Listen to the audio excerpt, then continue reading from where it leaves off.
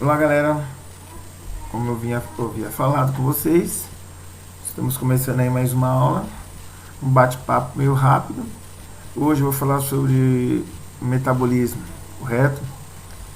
E aí então um pouquinho para quem não me conhece do meu currículo, isso é algumas coisas que eu faço e algumas nem coloquei aqui. Então hoje eu estou trabalhando com o pessoal do atletismo da Uninove, aqui da unidade de Mauá. Eu estou mexendo mais hoje com o pessoal de personal training e assessoria esportiva, desde o personal com treinamento, mais direcionado a todos os objetivos. Sou especialista em fisiologia do exercício, coisa que eu gosto, e prescrição de exercícios para grupos especiais.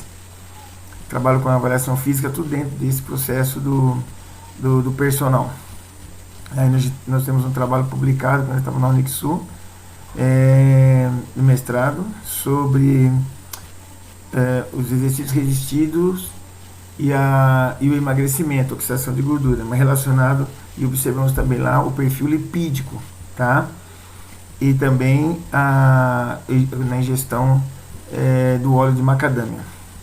No início da carreira tinha um livro aí que eu fiz de educação física infantil, ensino fundamental, e logo na sequência já escrevi outro, mas eu acabei não publicando. E aí tentei fazer essa publicação, ajustei uns anos atrás e ajustei de novo ano passado.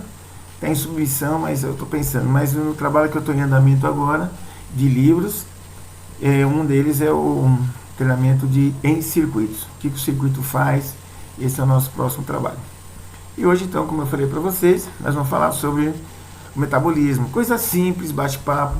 Talvez eu chova no molhado para muitos de vocês, ou para todos vocês eu chova no molhado. Então aí está um esquema gráfico, tá? De como funciona mais ou menos o nosso metabolismo, tá? Dentro de uma visão geral. Então aí vocês estão vendo aí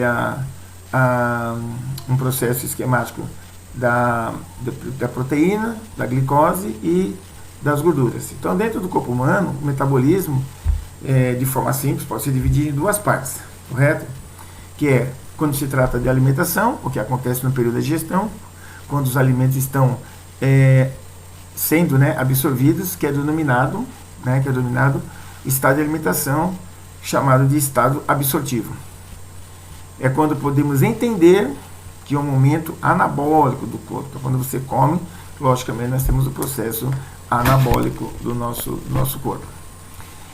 Onde as biomoléculas de nutrientes que são transferidas para compostos energéticos ou são armazenadas em ligações químicas de outras moléculas. Então, as biomoléculas são proteínas compostas por subunidades de aminoácidos. Começamos por aí.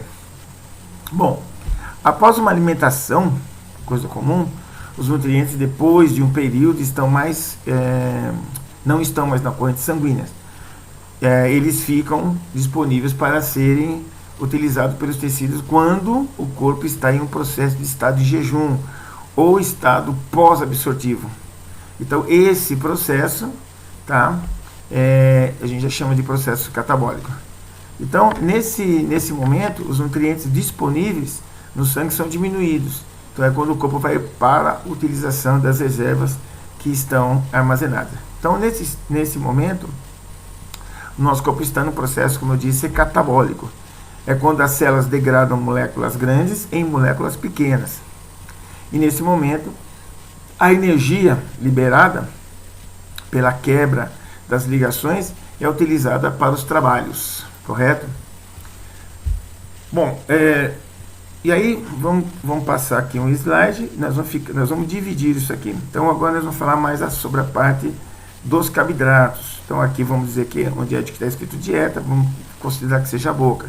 Todo momento que você faz uma ingestão, tá? Aí o corpo faz a separação das suas vias, ou vai para proteínas, ou vai para o processo da glicose, ou vai para o processo das gorduras. Então todos os nutrientes que são ingeridos, eles podem ser utilizados como forma de energia, tá? Imediata ou de forma armazenada, beleza? Energia que é produzida pelos alimentos, eles podem ser metabolizados imediatamente para as ligações químicas, seja ela transformada em ATP-CP, tá? Ou outros componentes de energia que podem ser utilizados para trabalhos mecânicos ou de transporte. Ok? Bom, aí nós temos a síntese, que todo mundo já sabe que é síntese, é a construção de componentes básicos para crescimento e manutenção das células de tecidos. E nós temos o armazenamento, e todos eles têm o armazenamento, tá? Tudo que é ingerido, o corpo utiliza para a produção de energia. E a síntese, tá? Que são estocados como glicogênio e o excesso desse glicogênio, tá? Em tecido adiposo. Então, todo o processo do metabolismo, todo esse processo alimentar no metabolismo, ele tem as suas direções e tem os seus aproveitamentos e tem suas funções. Então, as pessoas que treinam, tanto ela por objetivo, vamos falar de dois objetivos: o objetivo de emagrecimento, ou seja, oxidação de gordura corporal, e o pessoal que treina para hipertrofia muscular, ou seja, ganhar massa muscular, de preferência isenta de gordura, correto? São caminhos diferentes e caminhos que devem ser seguidos à risca. Eu sempre falo, até por experiência, mas não sou a voz da verdade nunca. O pessoal da hipertrofia são as pessoas que têm que ter um cuidado muito maior, porque para a hipertrofia são vários caminhos. Por exemplo, nós temos a hipertrofia miofibrilar e a hipertrofia sarcoplasmática. São dois tipos de hipertrofia: uma de forma duradoura, permanente, ou seja, e uma de forma pump, que é a sarcoplasmática. Mas isso é uma outra aula, ok? Então, quando você não faz uma ingestão adequada dos nutrientes adequados para aquele momento pós-treino ou pré-treino, vamos dizer assim, que as pessoas gostam bastante desses nomes, alguns processos não acontecem no metabolismo. Nós temos aí os processos de reações bioquímicas, são os processos mais complicados. Bom, então aqui vocês podem ver que vocês fazem ingestão de carboidratos, que converte tudo vira glicose e açúcar, e aqui nós temos vamos colocar assim, a nossa caixa d'água. Então aqui é o limite superior, aqui é o limite inferior, aqui é o excesso nessa portinha preta, tá? Ou partinha preta. Bom, quando você faz a ingestão de carboidratos, ele faz a conversão no metabolismo, vira glicose, a glicose sobe, vira glicogênese, tá? Que é o acúmulo de glicose. Então, ele armazena como glicogênio, então ele armazena nos músculos e no fígado, correto? Ok? E aí, depois ele volta para a quebra de glicose, que vai ser distribuída para o resto do corpo. O cérebro, ele são células de prioridade, vamos dizer assim. Ele utiliza bastante o glicogênio muscular, ou seja, ou utiliza bastante a glicose, correto? Nós vamos falar um pouquinho mais para frente a respeito. Então, os carboidratos absorvidos, tá? Como glicose, né? Os carboidratos absorvidos, dos 3 grupos de nutrientes, a glicose é a que é a mais regulada. Então, esse metabolismo da glicose, ele é o mais, vamos dizer assim, certo, é o mais regulado. Porque vocês podem ver, se vocês erram a alimentação, vocês sofrem as consequências, que eu até vou pincelar um pouquinho lá na frente. Então, é o único substrato que o cérebro utiliza, ou seja, pode metabolizar, a não ser quando o organismo esteja em estado de inanição. Então, por exemplo, estado de inanição, quando você está em um processo acamado, você está com uma deficiência, uma doença degenerativa, ou você vai fazer uma turnê na Etiópia, não tem nada para comer, entendeu? Que você fica naquele sol escaldante, então vai ser meio complicado o seu cérebro usar a sua glicose, porque você não tem, tá? Então, mesmo quando a sua glicose está baixa, o cérebro consegue utilizar essa glicose, consegue utilizar. Então, é aqui, isso é a parte limite, ou a parte inferior. Então, pode ver que o cérebro, ele consegue utilizar ainda essa glicose. Inanição seria daqui praticamente para baixo, você não tem nada. Então, o cérebro fica vocês podem ver, quando vocês ficam muito tempo sem se alimentar, vocês ficam letárgicos, mole. Um exemplo mesmo por exemplo, um exemplo, é vocês ficarem muito tempo sem comer. Vocês vão treinar, por exemplo, vão fazer alguma atividade mais intensa, vocês começam a bocejar. Tá? Vocês ficam sem muito tempo sem comer, vai lá fazer sexo, começa a bocejar. O que acontece? Não é porque vocês estão com sono, não. Ou porque vocês estão bala, 10, não é porque vocês não comeram. Então vamos colocar assim, por exemplo, três estágios diários. Se você treina de manhã, aí o seu horário de treinar por volta das 10 horas, 11 horas, seja lá que hora que for, ou 9 horas, e você levanta, então normalmente muitas pessoas não conseguem se alimentar de manhã de uma forma adequada. Ou seja, antes do treinamento, teoricamente, ela vai ter uma refeição, correto? E aí normalmente ela já passou a noite inteira dormindo e no dia anterior, como foi à noite, ela fez uma ingestão baixa de carboidrato, correto? Então a quantidade de glicose foi o suficiente para o corpo absorver para ficar naquele sono. Então usar como a taxa metabólica dela, basal. Então nesse processo que ela andou dormindo, a pessoa pode dormir 7 horas ou 8 horas. Então ela fez digamos aí, um jejum intermitente. Então ela está com a parte de glicose dela baixa, e aí ela chega de manhã, faz uma ingestão calórica. Às vezes, muitas vezes, né, não adequada, não come o suficiente de carboidrato, porque eu vou passar mal no treinamento. E às vezes até come um pouquinho mais de proteínas. Bom, enfim, quando chega lá no treinamento, nos primeiros 5 minutos, ela já começa a bocejar. E nem com sono ela está. Beleza? Então esse é o processo do metabolismo, quando o cérebro começa a exigir essa glicose e ele não tem. Então esse bocejar, digamos assim, é um sinal que o cérebro está dando para o corpo, dizendo que a sua energia está baixa e você precisa de mais energia. Então, portanto, essa medida de conservação assegura, então, essa medida de conservação da glicose, da quantidade adequada da glicose, assegura o controle, tá, do corpo em quantidades adequadas de energia. Então, tem glicose, ele precisa ter essa quantidade grande para o cérebro ter essa absorção e o corpo ficar numa boa. Por exemplo, no sistema circulatório, ele dá prioridade de suprimento, tá, de sangue para o cérebro. Mesma coisa o metabolismo. Ele também faz esse processo relacionado à glicose. Ok? Bom, e aí nós temos aí o destino específico de cada nutriente. Então, cada nutriente que é absorvido, ele tem a sua... depende da sua biomolécula. Se é um tipo de glicose, se é um tipo de carboidrato, se é um tipo de proteína, se é um tipo de gordura. Então, nesse diagrama aí, você pode ver a organização dessas biomoléculas da dieta, em 3 grupos, que é o que eu falei agora: ácidos graxos, glicose e aminoácidos.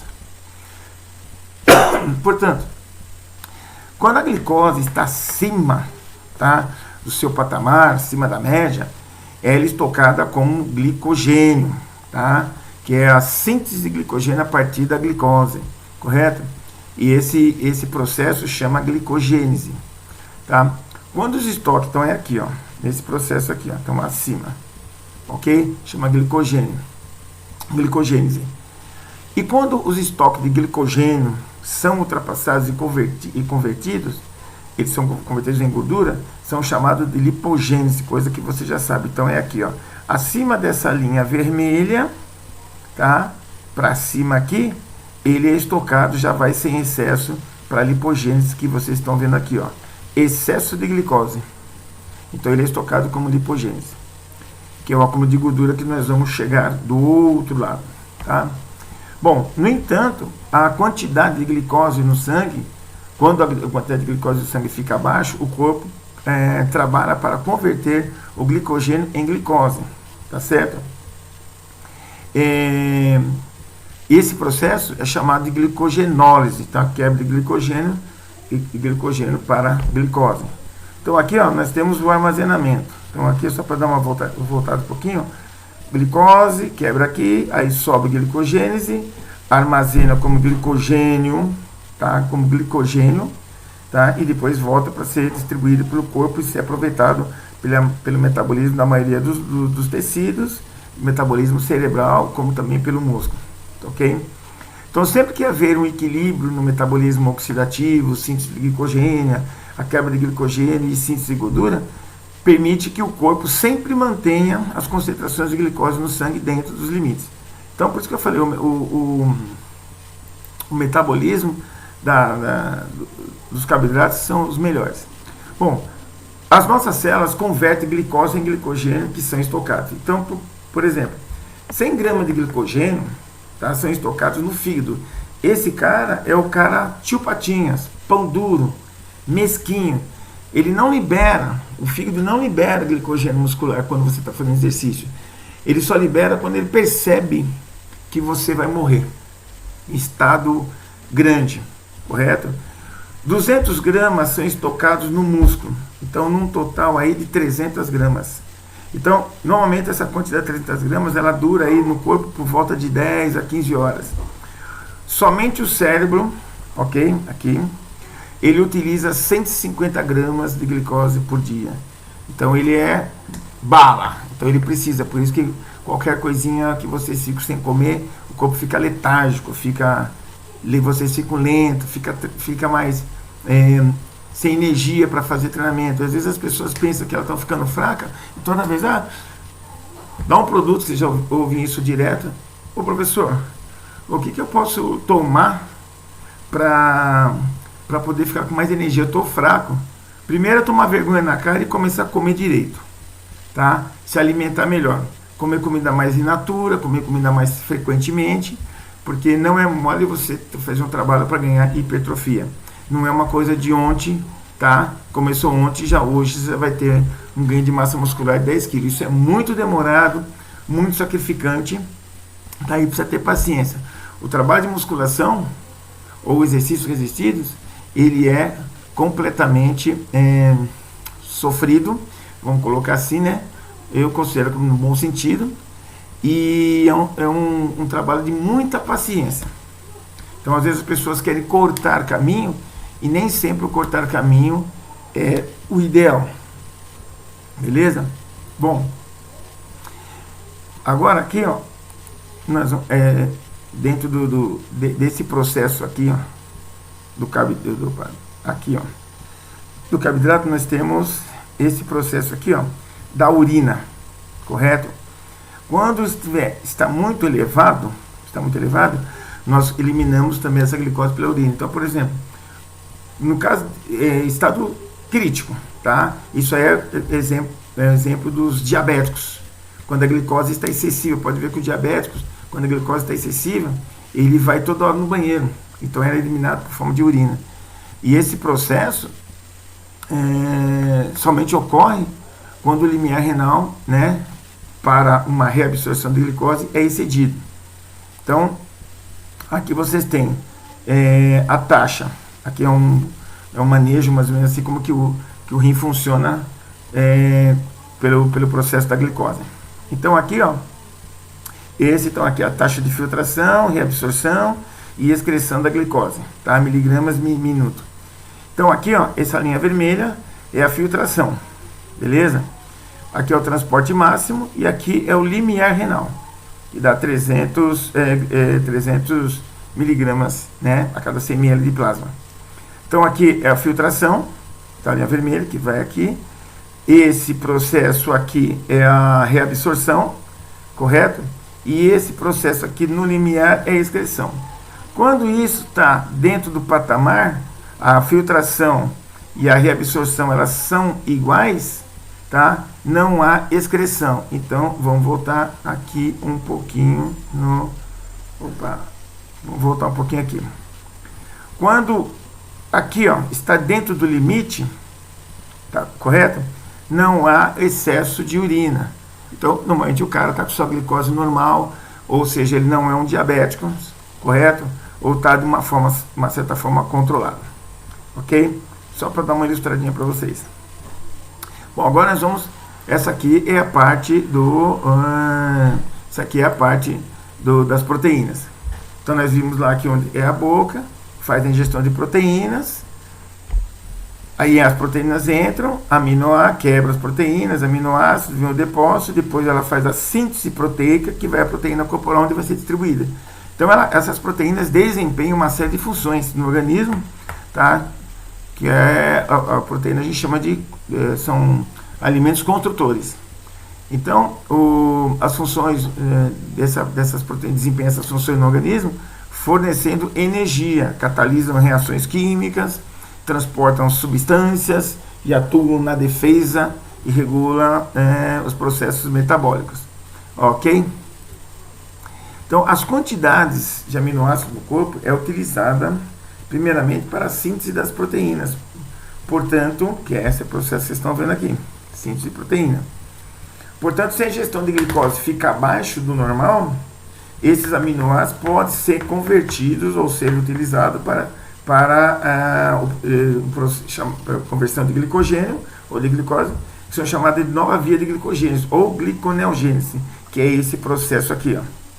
Então, quando você deixa de comer carboidrato, como vocês viram anteriormente, o corpo precisa dessa glicose, porque lembra que o cérebro precisa, pelo menos metade do processo, ele que usa de glicose. Então, o metabolismo utiliza essas proteínas para converter em glicose. Então, esse processo chama gliconeogênese, neo de novo, correto? E onde é tudo que converte, que são gliconeogênese, é tudo que não vem dos carboidratos, tá? Então, esse processo é chamado de gliconeogênese. Aí, os aminoácidos eles podem ser a principal fonte de glicose através da gliconeogênese e também o glicerol dos triglicerídeos também podem ser utilizados. Tanto a gliconeogênese como a glicogenólise são importantes fontes, tá, de reserva de glicose durante o período de jejum, correto? Jejum é aquele que eu falei, a inanição e muitas horas sem se alimentar. E lá eu falei assim que eu ia falar 3 processos, né? Quando o cara treina de manhã, e aí ele vai treinar, ele não come, faz alimentação, e ele vai treinar e começa a bocejar, então porque a alimentação não está ideal. Mesma coisa acontece com o pessoal que treina à tarde, 1 hora, 2 horas, 3 horas da tarde. Se a alimentação dele não for boa, ele vai sentir a mesma coisa, e principalmente o pessoal que treina à noite, que vem do trabalho, vem da faculdade de manhã, trabalha o dia inteiro e vai para a faculdade. Ele vai sentir a mesma coisa se ele não faz uma alimentação adequada. No período da noite, ainda eu considero que é pior ainda. Porque se ele é um cara que levanta 5 horas da manhã, vou colocar ainda processo básico. Se ele levanta 5 horas da manhã, faz um cafezinho rápido, chega no trabalho, tem um cafezinho mequetrefe, ele faz as alimentações dele, vamos dizer que ele leva a marmitinha, leva as vitaminas dele e tal. Depois ele só almoça. Normalmente nas empresas dificilmente tem lanche à tarde. O período da tarde é o mais difícil. Quando ele sai do trabalho, lá para 5 horas, 4 horas, 6 horas, sei lá que hora que ele sai, ele faz uma alimentação rápida e vem para o treino. Então ele está, desde a hora que ele dormiu ontem, depois o tanto que ele dormiu, que ele ficou em inanição, ou seja, em jejum. Aí ele fez o café da manhã, trabalhou o dia inteiro, gastou energia, seja lá qual tipo de trabalho que ele fez. Se for um sentado, gastou muitas proteínas, muito aminoácido. Se for um trabalho braçal, então ele gastou muito glicogênio, principalmente. Então, aí ele vai fazer uma alimentação pequena, à noite ele vem treinar. Se o treinamento dele for exercícios de intensidade alta, tá? Ou mesmo de volume alto, com baixa intensidade, ele vai sentir, pode ter problemas de, vamos dizer assim, de colapso, não aguentar o treino, ele sem tontura, pode ter desmaios.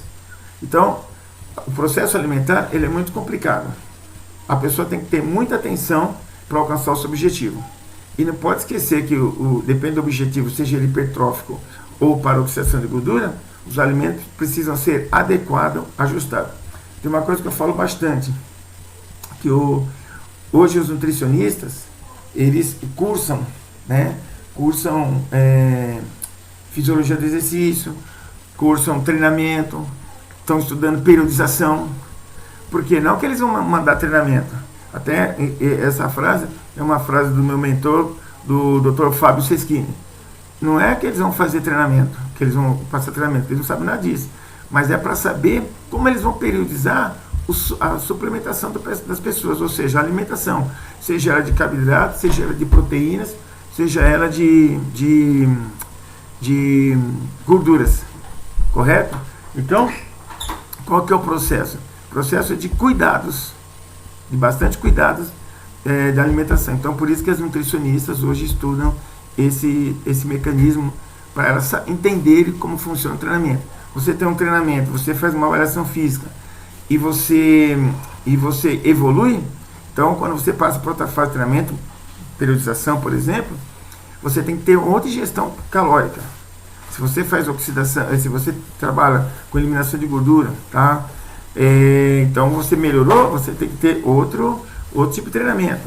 Ah, você melhorou em uma parte do corpo, não melhorou em outra. Então você tem que ter um tipo de treinamento para fazer os ajustes para você ter o seu resultado. Ok? E aí nós temos aí a última parte, que é a parte das gorduras. Você tem ingestão de gorduras. Então nós temos aqui ácidos graxos livres, mais glicerol, que é um tipo de álcool. Ok? Ele faz esse processo, faz os acúmulos, ácidos graxos livres. E aí quando tem o excesso lipogênese, que é acúmulo de gordura, tá? E aí ele tem um armazenamento. E aí com o processo, depois você tem que fazer a lipólise, que é a quebra de gordura para você ter um emagrecimento. Então nós temos aqui, ó, aquele processo que eu falei, o excesso de carboidrato. Então vem o metabolismo, tá? O metabolismo, né, da maioria dos tecidos. E aqui o excesso de nutrientes, ele vai subir e vai armazenar como gordura. Tá? Depois ele vai entrar como ácidos graxos livres, que faz a lipogênese, como eu disse, quebra tudo essas gorduras para fazer o processo de emagrecimento. Então as gorduras, elas são primeiramente absorvidas como ácidos graxos, que é o glicerol, como eu falei, é um tipo de álcool. Os ácidos graxos formam o grupo primário das gorduras de sangue, no sangue, e podem ser utilizados como fonte de energia por vários tecidos, mas também são armazenados facilmente como gordura, tá? No tecido adiposo. Beleza, galera? Então sempre eu falo, os cuidados para você ter os resultados são muito grandes. Eu sempre falo que o emagrecer é muito mais fácil, entre aspas, que você só tem que atacar as gorduras. Para você ganhar hipertrofia muscular, você tem que prestar atenção nos tipos de treinamento, os tipos de alimentação também, como o de emagrecimento, os tipos de fibra muscular que vai ser ativado naquele processo de treinamento, acoplado ao tipo de alimentação que você vai fazer pré e pós exercício, tá? E do pré, né, sempre durante o dia inteiro, e pós exercício. Qual o horário, qual o tipo de alimento que você vai comer pós treinamento? Dependendo muito da hora que você treina. Se você é um cara que treina no período da noite, chega na sua casa 10 horas da manhã, 10 horas da noite, 11 horas. Que hora que você levanta? O que você vai comer pós-treinamento?